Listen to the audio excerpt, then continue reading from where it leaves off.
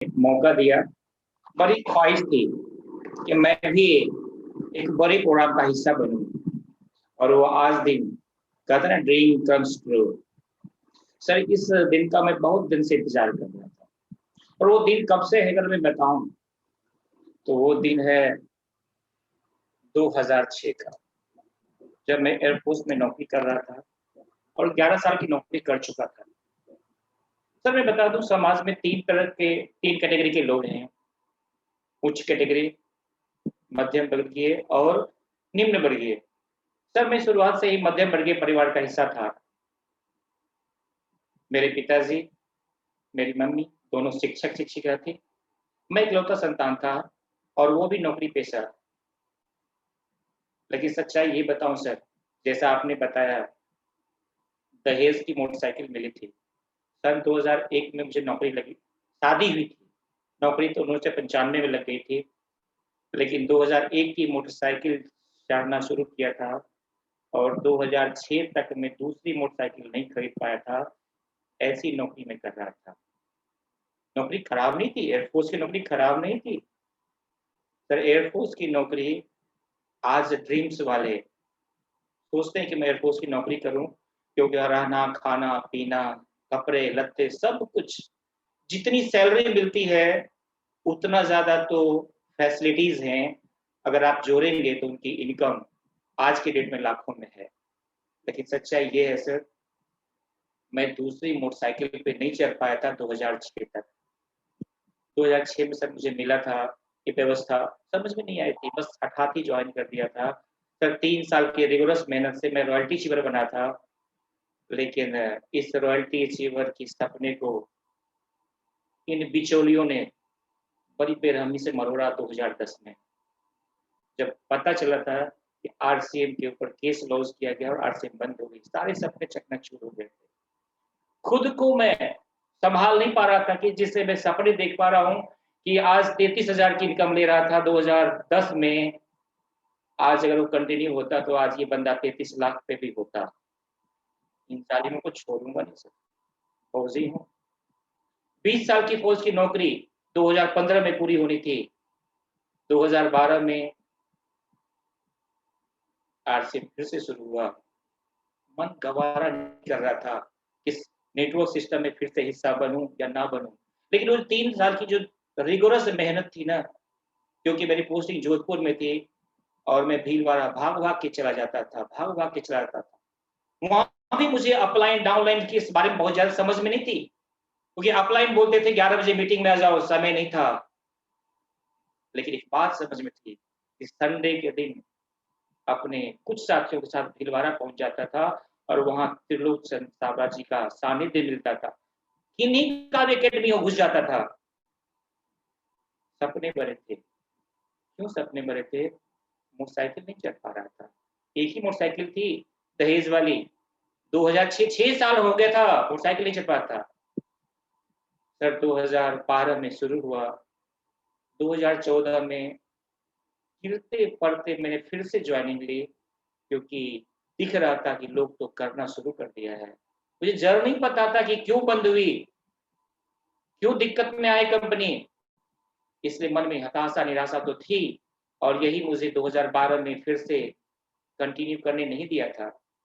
2014 में तो एडमिशन ले लिया, लेकिन समझता था कि मैं भी तो रॉयल्टी अचीवर हूँ, पहले का पुराने जमाने का जेलर हूँ, कर ही तो लूंगा। लेकिन सर, मैं कहना चाहूंगा कि एडमिशन करना और फिर उसमें पढ़ने लिखने जाना, दोनों दो बात होती है। 14 से 18 तक, तब तक मैं फौज की नौकरी, बैंक की नौकरी ज्वाइन किया। नाम तो जुड़ा था, कोशिश तो कर रहा था कि मैं भी बढ़ूं अपने पुराने सोच से, लेकिन बढ़ नहीं पा रहा था। 2018 के जून का 16 तारीख था, जो मंजीत सर की मीटिंग थी, और उस दिन से मैंने इस बिजनेस को आत्मसात करना शुरू। ये आत्मसात करना क्या होता है? मैं बिजनेस क्यों करूं, और बिजनेस में क्या हासिल कर सकता हूं? जैसा कि हम बहुत सारे लीडरों को सुन चुके हैं, जो महागुरु, गुरु सारे लोग 11 बजे की मीटिंग में आते हैं और हम सारे लोग को सिखाते हैं क्या है बिजनेस, क्यों करे बिजनेस और कैसे करे बिजनेस। उस चीज को मैं आत्मसात करना शुरू किया जून 2018 से। और क्या शुरू किया ये आपने देख चुका मंजीत सर की मीटिंग से। अभी जो हमारे इस छोटे से प्रोग्राम से पहले आपने देखा मार्केटिंग प्लान क्या है, बिजनेस बखूबी समझ चुके हैं। लेकिन मैंने क्या समझा, अगर आपकी इजाजत हो तो मैं स्क्रीन शेयरिंग के माध्यम से कुछ बताऊं। जी इजाजत है सर? बिल्कुल सर, बिल्कुल। Please sir.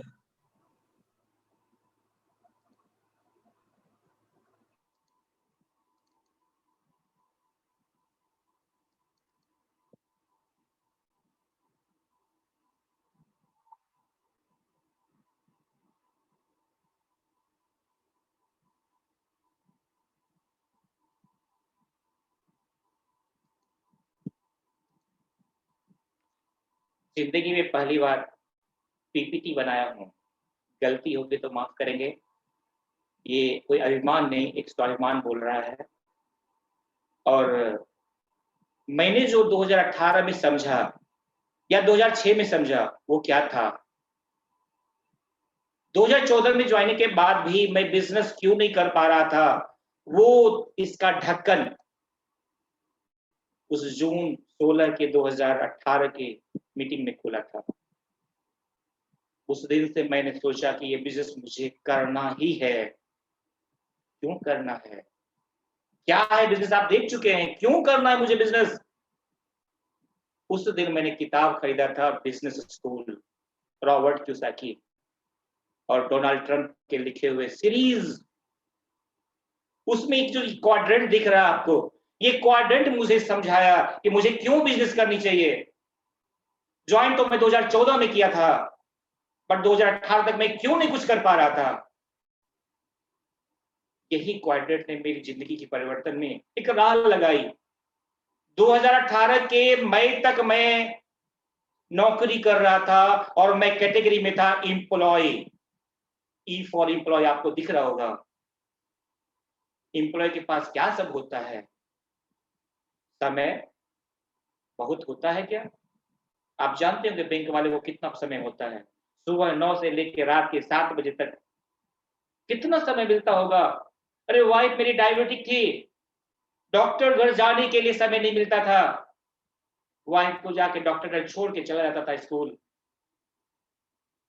बैंक की नौकरी करते करते लग रहा था कि मेरे पास थोड़े पैसे तो हैं, समय नहीं है।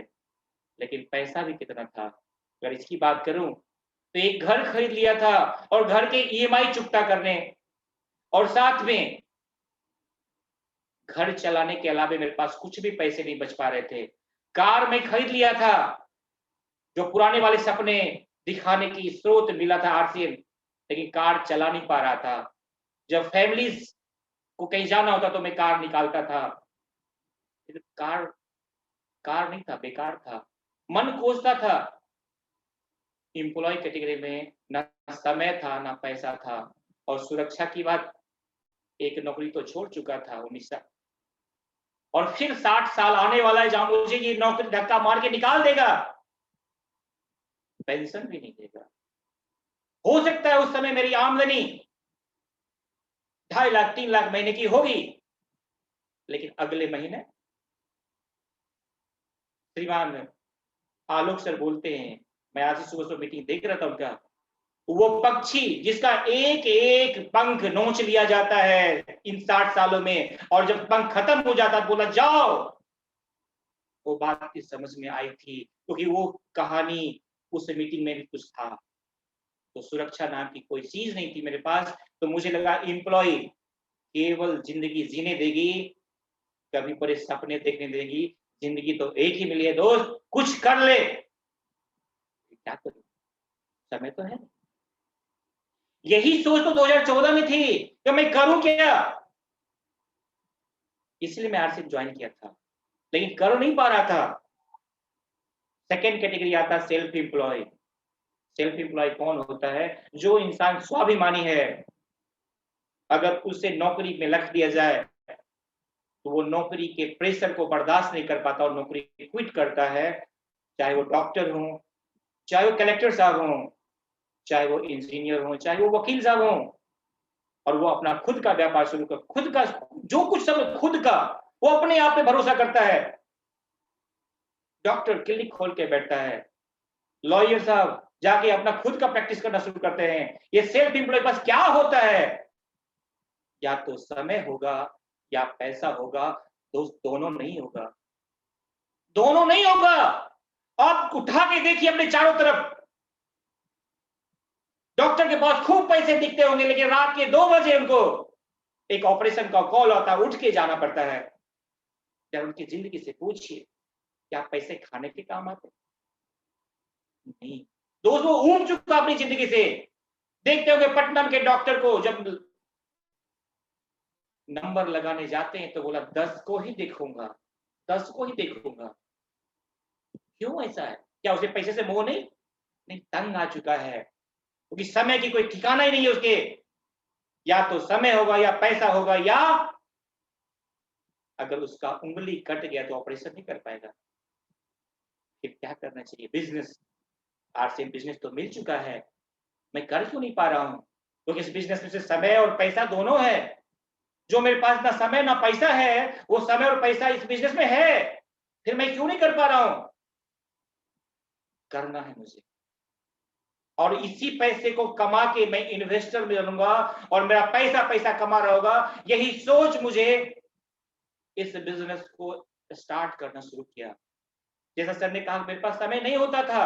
आपके आसपास भी बैंक एम्प्लॉय होंगे, बैंक मैनेजर होंगे, मैं भी उसी में से एक हूं। मेरे पास भी समय नहीं था, आराम से सो के उठता था 6:30-7 बजे। वाइफ डायबिटिक थी, घूमने चलता था, टहलने 1 घंटा टहल के आता था, 7 से 8 टहलता, वापस आता, चाय पीता, कुछ न्यूज देखता, नहाता धोता, 9 बजे बैंक, शाम के 7 बजे आता, चाय पीता, टीवी देखता, 9 बज जाता था, खाना खाता, सो जाता था। तो फिर आरसीएम कब करता था? Saturday Sunday. दोस्त, या तो ढोंग कर लो या ढंग से बिजनेस कर लो। मैं ढोंग कर रहा था 4 साल, समझ में नहीं आ रहा था। फिर मैंने डिसीजन लिया कि ढंग से करना है इस बिजनेस को, और ये इसको ढंग से कर लिया तो ये मुझे अमीर बना सकता है। ये अमीर बनाने की सोच मुझे सुबह 6 बजे मोटरसाइकिल पे बैठा देता था, और 9 बजे तक मैं घर नहीं आऊंगा, ऐसा कमिटमेंट अपने आप से किया था। कि नहाता धोता कब था? 6 बजे के पहले। सोचो मैं कब उठता था? पैसे नहीं थे, पैसे थे, उस समय पैसे थे। बैंक की नौकरी 62,000 रुपए महीने देती थी, और एयरफोर्स का पेंशन 40,000 देता था। लाख रुपए तो आ रहा था, लेकिन दोस्त ने बोला घर की ईएमआई और घर चलाने के बाद पैसे नहीं बचते थे, कार बेकार हो गया था।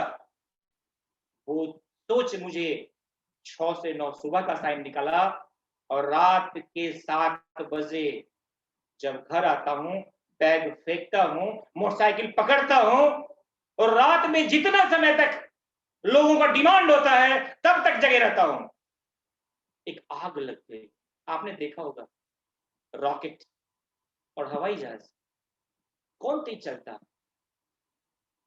रॉकेट तेज चलता। क्यों? उसके पीछे आग लगी है। मैंने भी अपने पीछे आग लगाई कि मुझे भी रॉयल्टी लेना, मुझे भी टेक्निकल लेना, मुझे लेना ही है। स्टार्टअप किया, 3 महीने में रॉयल्टी। लेकिन जब छोटा बच्चा, जो बच्चा 9 महीने में जन्म लेता, अगर वो 3 महीने में जन्म ले ले तो बच्चे को मरने की चांस ज्यादा होते हैं। मेरा बिजनेस तुरंत डाउन हुआ। अगले 2-3 महीने बिजनेस फिर से अपनी जगह पे आ गया। फिर मैं सीखना शुरू किया। आप देख रहे होंगे उसके बाद जब मेरी समझ आ गई कि बिजनेस स्कूल क्या है, साथियों, हमें पैसा, समय और सुरक्षा तीनों चाहिए था। और कितना? लिमिटेड नहीं चाहिए, वो था मेरे पास, अनलिमिटेड चाहिए। ये अनलिमिटेड की भूख हमें ना रात को रात समझने दिया, ना दिन को दिन। सोचा पैसा आता कहां से है, फॉर्मूला देखा, अपने गुरुजनों से सीखा, पैसा बराबर समय गुना गुणवत्ता। हम में गुणवत्ता होगी और मेरे पास समय का मल्टीप्लाई होगा तो पैसा बढ़ते जाएगा। अगर पैसे की अनलिमिटेड ख्वाहिश हो तो समय भी अनलिमिटेड चाहिए और गुणवत्ता भी अनलिमिटेड चाहिए। बनाना होगा।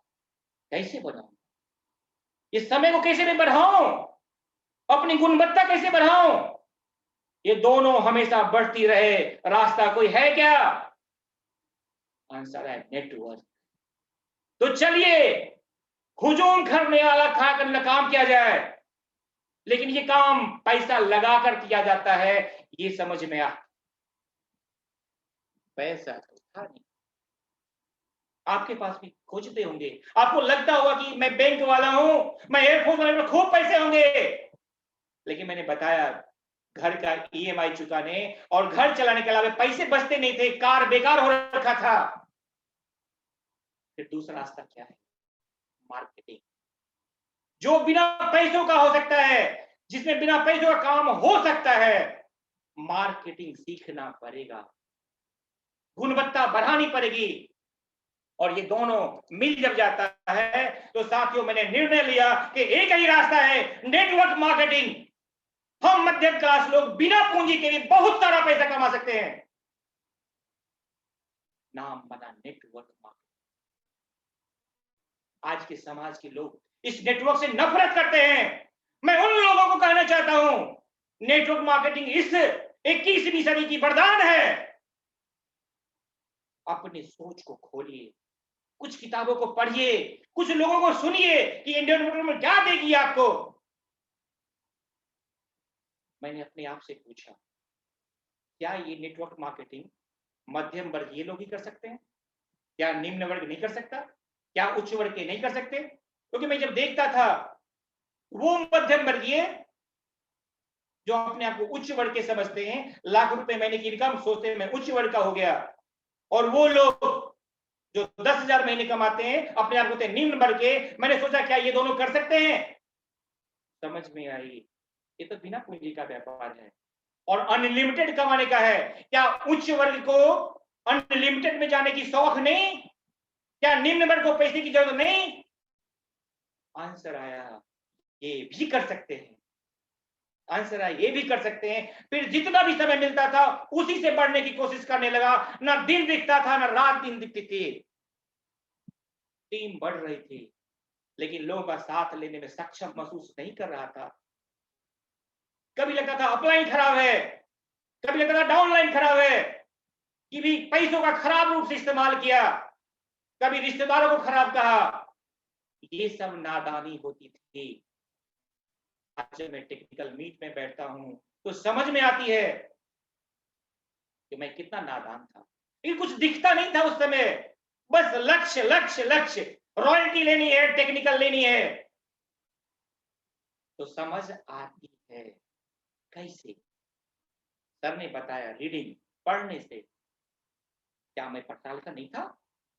था पढ़ा लिखा, ग्रेजुएट था, एयरफोर्स ने इंजीनियरिंग की डिग्री दी, एमबीए कर रखा था, लेकिन नेटवर्क मार्केटिंग में बिग जीरो था, बिग जीरो।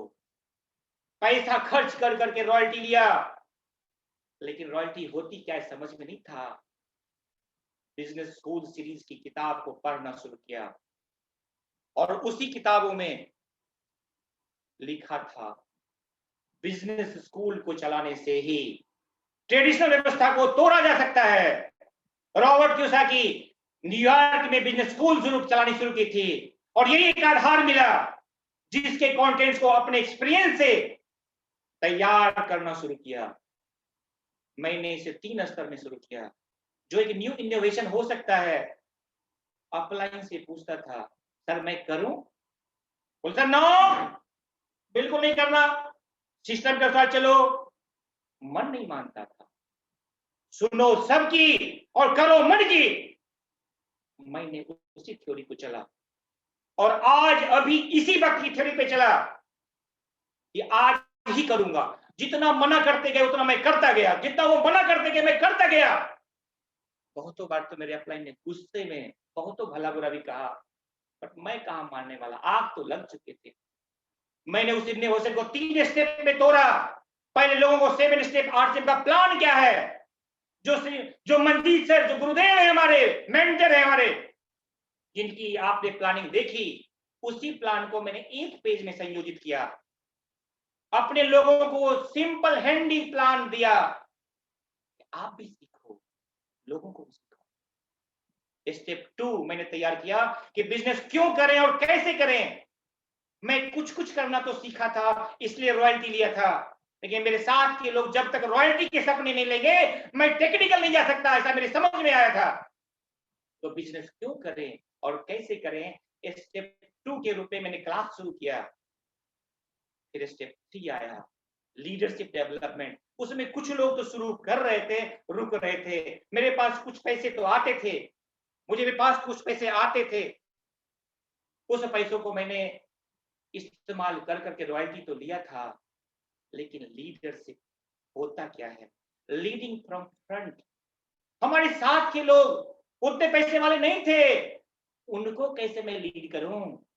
फिर मैंने लीडरशिप डेवलपमेंट पे कुछ काम किया, मैंने इन तीनों स्टेप को टुकड़ों में तोड़ा। मैंने पहला स्टेप के मार्केटिंग प्लान को इस रूप में दिखा, जो आपको स्क्रीन पे दिख रहा होगा। आप देख रहे हैं यहाँ पे कि कमाने के बहुत सारे तरीके हैं, लेकिन खर्च करने का एक ही तरीका है, बाजार में जाना और ग्राहक बनना। इस खर्च करने के तरीके को हमें समझना था और लोगों को समझाना था, क्या नुकसान है, क्या उसका फायदा है। मैंने समझा और लोगों को समझाया। खर्चा और चर्चा दो ही तो बात करनी थी, मैं डिटेल में मार्केटिंग प्लान नहीं जाऊंगा, लेकिन खर्चा से 10 से 32% बचता और चर्चा से 3 से 13% बचता, ये समझ में आ चुकी थी। जितना चर्चा होता जाएगा उतना बिजनेस बढ़ता जाएगा, जितना खर्चा मैं करूंगा उतना ही मेरे साथ के लोग, अगर उनमें दिख गया कि मैं उनका लीडर हूं, वो भी करते जाएंगे, कमीशन स्लैब बढ़ता जाएगा, बढ़ता जाएगा, बढ़ता जाएगा। लेकिन दिक्कत, मैं और मेरे कुछ साथी तो कर पा रहे थे, लेकिन उनके जहन में नहीं घुस रही थी। मेरे साथ कुछ मास्टर साहब थे, मेरे साथ कुछ लॉयर साहब थे, उनको समझ में नहीं आ रही थी। मैं खुद बिजनेस स्कूल से समझा था, तो मैंने उसी बिजनेस स्कूल का सहारा लिया और स्टेप 2 नाम का एक छोटा सा क्लास तैयार किया, सुबह के 7 से 8। आज नहीं सर, मैं 3 साल पहले शुरू किया था। जो आज आप लोग देख पा रहे हैं कि 7 बजे की मीटिंग में शुरू हो रही है, मैं 3 साल पहले कर चुका था। इसलिए मैं समय को मल्टीप्लाई कर पाया। उस स्टेप 2 में क्या था, सिलेबस में केवल बताना चाहूंगा कि नेटवर्क मार्केटिंग हम क्यों करें, आरसीएम ही क्यों करें, कुछ प्रोडक्ट ट्रेनिंग मैं बताना चाहूंगा, मार्केटिंग में क्यों करें, नेटवर्क। सब लोग का अपना रीजन होता है, मेरा क्या रीजन है, क्या सुनना चाहेंगे? मैं बताता हूं मैं नेटवर्क मार्केटिंग को क्यों दिया। लॉ ऑफ मल्टीप्लिकेशन मुझे मेरी जिंदगी को बदला। ये लॉ ऑफ मल्टीप्लिकेशन है क्या, छोटा सा मैं उदाहरण पेश करना चाहूंगा।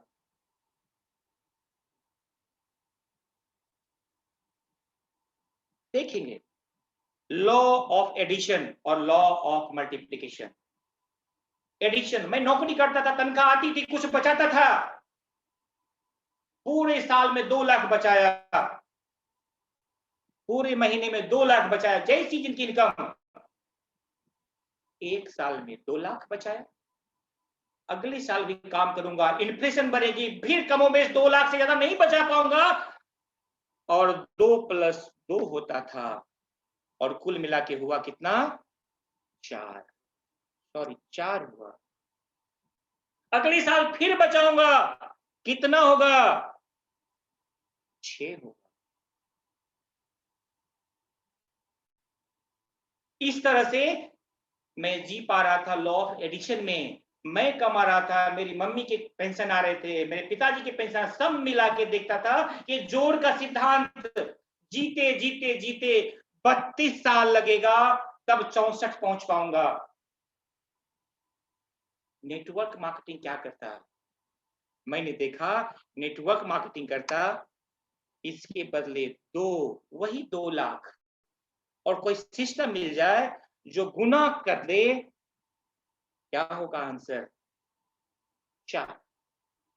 मैं देखा था 4 होता है, मेरे पिताजी भी देखे थे 4 होता है, लेकिन वो पहला 4 मेरे पिताजी को देखा हुआ था तो बच जाता था, लेकिन ये 4 पूरा खर्च हो जाता था मेरा। मुझे सीखना था, सिखाना था, पेट्रोल खर्च होते थे, बहुत सारी चीज़ खर्च कर पाता था, ये 4 बच नहीं पाता था। पिताजी गुस्सा हो गए, मेरे घर को छोड़ के बोले, "नहीं रहूँगा तुम्हारे साथ, तुम सब पैसा बर्बाद कर देते हो।" लेकिन मुझे समझ में आया था क्या? अगला साल गुना 2 क्या होगा? क्या होगा? 8। दूसरे साल से दिखने लग गया। पिताजी को मैं दिखा, "पापा जी देखिए, उधर 6 था, इधर 8।" पिताजी की पेंशन जितनी थी, उससे ज़्यादा मेरी आरसीएम देने लग गई। एक कमाई, क्योंकि बगल से तो बच नहीं पा रहा था। थोड़ा-थोड़ा विश्वास हुआ पिताजी को।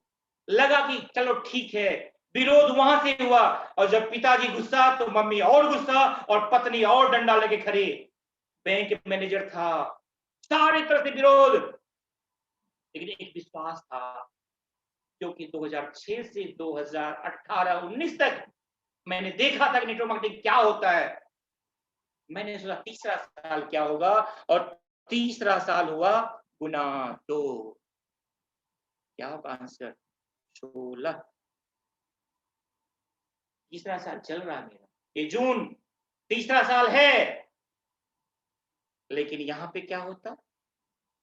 6 जो 2 कितना होता? 8। वहां 8, यहाँ 16। समय तो सेम गया, 3 साल।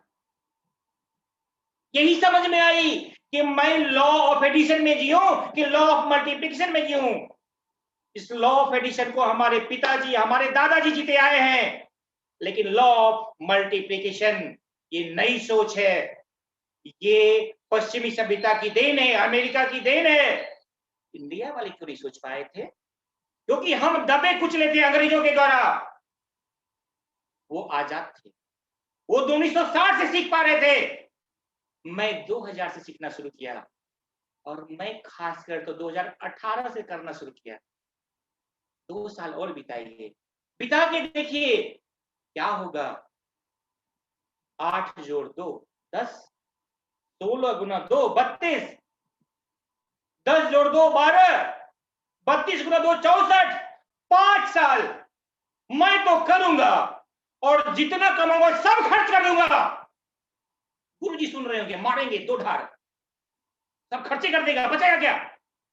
लेकिन मैं कुछ बताऊंगा, प्रोटोकॉल तोड़ के मैं कुछ बातें कर रहा हूं कि ये 64 पे मैं पहुंचा, सॉरी 64 में जोर से पहुंचा 32 साल में, और अगली बार फिर 2 होगा तो कितना बनेगा? 66। लेकिन यहां पे 64 पे अगले साल गुना होगा, और क्या होगा? सोच के देखिए क्या होगा? गुना 2 कितना होगा? 128। सोच के देखिए 128। ये चीज मुझे हिलाया। 5 साल या 45 साल जब मैंने देखा था श्रीमान सुनबत की वीडियो और वीडियो, तो मुझे समझ में आई थी कि 5 साल सारे पैसे खर्च कर दो, 5वें साल जो इनकम आएगी वो 5 के बराबर होगी। और यही सोच मुझे ना किसी की सुनने देता है, ना किसी की समझ देता है, और यही है नेटवर्क मार्केटिंग। ये नेटवर्क मार्केटिंग मुझे समझ में आया, और कि मुझे नेटवर्क क्यों करनी चाहिए। छठे साल क्या होगा? 128 गुना 2 256। जो जो 6 साल में नहीं किया वो छठे साल में हो जाएगा। ये है नेटवर्क मार्केटिंग। फिर मैं देखा लोगों को कि नेटवर्किंग करनी चाहिए नहीं करनी चाहिए।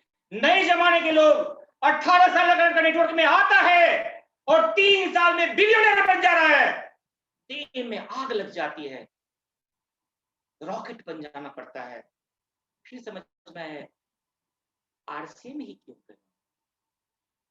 सर ने बताया, बखूबी बताया, मुझे बताने की जरूरत नहीं है कि अभी नेटवर्क मार्केटिंग में जितनी कंपनियां हैं, आरसीएम रियल करोड़पति मिशन जो आम लोग को भी खास बनाता है, 1 और केवल ओनली कंपनी जो रियल करोड़पति मिशन और इस मिशन के जो प्रणेता श्रीमान त्रिलोचन छाबड़ा, उनके बाद जबरदस्त की ताली एक बार बजाए आप लोग, कि जिन्होंने इस पूरे हिंदुस्तान में आर्थिक आजादी का अभियान जो छेड़ा है ये पूरा हो गया।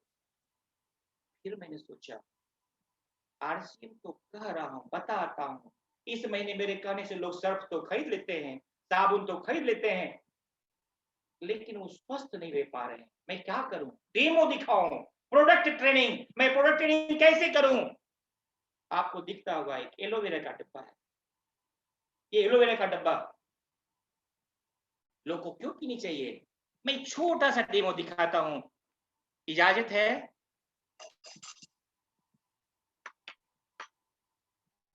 इजाजत है? बिल्कुल बिल्कुल। ये ग्लास, ये बीटाडीन, ये थोड़ा सा बीटाडीन डालता हूं इसमें, डाला बीटाडीन। क्या किया ये बीटाडीन? अभी कुछ नहीं किया, रुकिए रुकिए।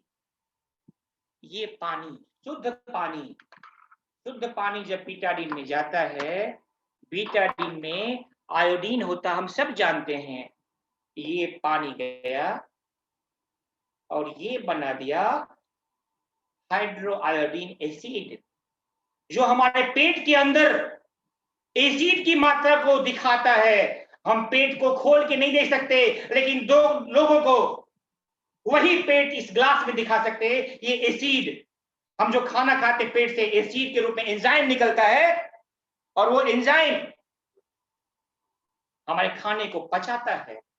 लेकिन अगर एसिड ज्यादा निकल जाए तो क्या होगा? एसिडिटी। और उस एसिडिटी का परिणाम क्या है? जितनी भी बीमारियां हैं, 80% बीमारियां एसिडिटी कारण होती है। ये बन गया एसिड। अब ये कैसे खत्म होगा? Simple theory, aloe vera. क्या किया मैंने? ये निकाला, इसमें एक ढक्कन डाला, ये डाल दिया, और उसके बाद क्या किया? ये ग्लास लिया, दिख रहा सारे साथियों को, और इसमें डाल दिया। ये देखिए डाला। क्या हो रहा है? क्या हो रहा है? क्या हो रहा है? क्या हो गया? कहां गया एसिड? क्यों परेशान है? आपके सामने प्रोडक्ट है, क्यों नहीं यूज करते? सारा एसिड अल्कलाइन बन गया, आपका पेट साफ रहेगा, आपके उपापचय ठीक होने से आपका शरीर स्वस्थ रहेगा। लोगों को दिखाना शुरू किया, और इस तरह से मैंने प्रोडक्ट ट्रेनिंग देना शुरू किया। एक एक डेमो। ये डेमो करता क्या है? आपके घर के लोग, आपके बड़े आपकी बात नहीं मानेंगे, मन करता कोने में ले जाके 2-4 थप्पड़ डालूं, लेकिन नहीं करना है, नहीं करना है। फिर कैसे? अनदेखा थप्पड़ कैसे चलाइएगा? ये प्रोडक्ट ट्रेनिंग, प्रोडक्ट डेमो उन्हें सीधा करता है। अगर हम प्रोडक्ट ट्रेनिंग दिखाते तो लोग समझ पाते हैं। जब प्रोडक्ट ट्रेनिंग से लोग कन्विंस होते हैं तो पैसा कितना आएगा? फिर उनको मैंने बिजनेस स्लैब और कमीशन कैलकुलेशन सिखाने की कोशिश करी। मुझे खुद नहीं आता। 10 दिन पहले मैंने खुद पूछा मंजीत सर से, सर ऐसे में कैसे इनकम आता? ऊपर से पूछो कैसे कैसे, नीचे को बताओ वैसे वैसे, और बीच में कमाओ पैसे पैसे। पूछता गया, जहां तक मैं था वहां तक तो सिखा ही सकता था, फिर जहां जाऊंगा फिर सिखाऊंगा, लेकिन कोशिश जारी रखा। 5वां क्लास होता था सेलिंग और डायमंड क्लब। ये डायमंड क्लब क्या है? आज सुबह के 7 बजे आप देख चुके हैं महागुरु सुजीत सर के द्वारा, और टीसी सर के सानिध्य में डायमंड क्लब आपके सपनों को पूरा करने का एक छोटा सा बीज है। लेकिन उसके पहले सेलिंग क्या है, लोगों को समझ में नहीं आती है कि सेलिंग अच्छा कि परचेजिंग अच्छा। मैं भी सोचता था परचेजिंग अच्छा, खरीदना अच्छा, आराम से जाते, जेब में पैसे डाल के दुकान पे बैठते, ये निकाल ये निकाल ये निकाल, लेके आ जाता। क्या होता है इस कार्यक्रम में? बहुत अच्छा लगा, साहब तो बन गए। आपके जेब का पैसा उसके पास चला गया। अमीर कौन बनेगा, आप या वो? आप परचेजिंग करते आए जिंदगी भर, अमीर बन जाएंगे। पैसे की जरूरत आपकी है कि उसकी है? तो सेलिंग, लोगों के पैसे आएंगे। मैंने एक एलोवेरा बेचा, डेमो किया, 249 रुपए डीपी, एमआरपी, एमआरपी पे बेचा। कैसे बेचूंगा? अगर मैं एमआरपी पे बेचने में सक्षम हुआ डेमो के माध्यम से, तो उसका एमआरपी मुझे मिलता है, डीपी दुकानदार को देता हूं, बाकी पैसे मेरे जेब में बच गए ना।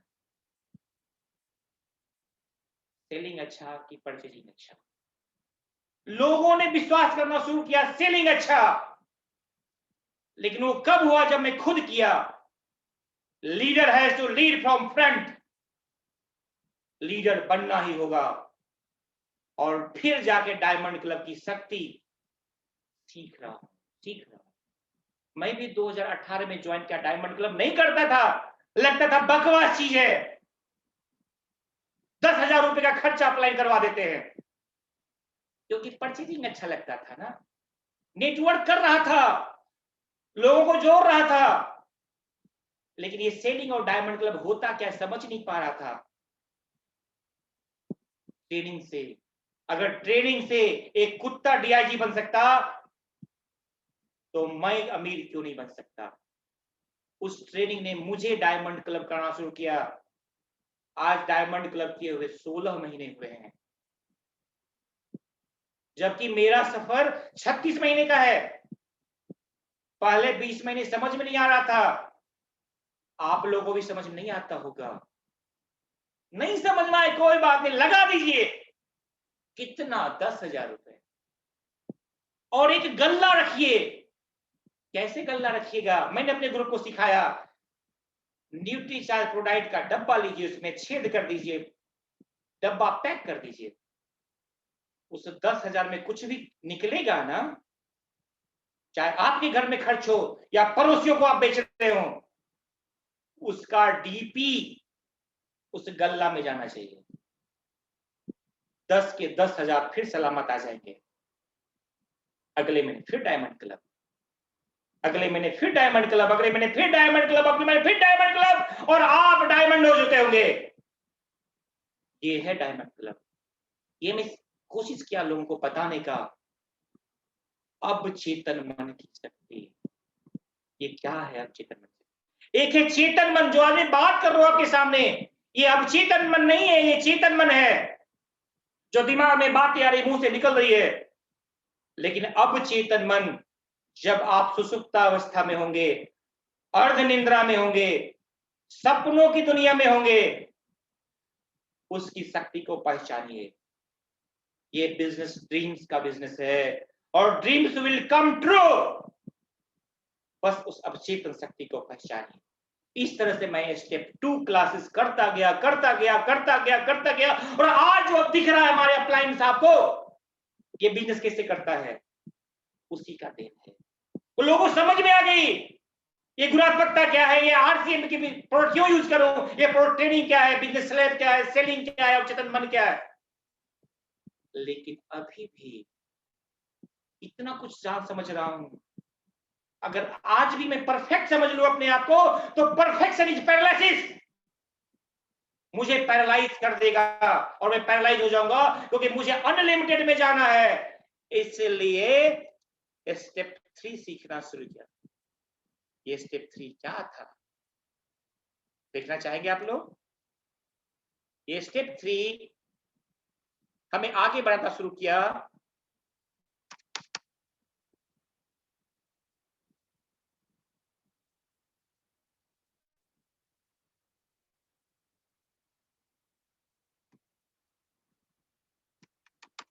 स्टेप 3 के क्लासेस में इसी तरह के 6 क्लासेस थे जो हमें लीडरशिप की ओर ले चला।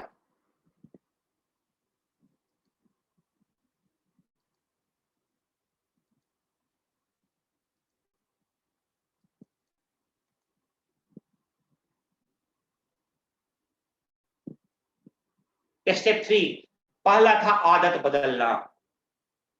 पहला खुद बदला आदत। पहले 7 बजे सो के उठता था, अब 5 में उठता हूं, जब किताबों को पढ़ता हूं, अपलाइनों को सुनता हूं।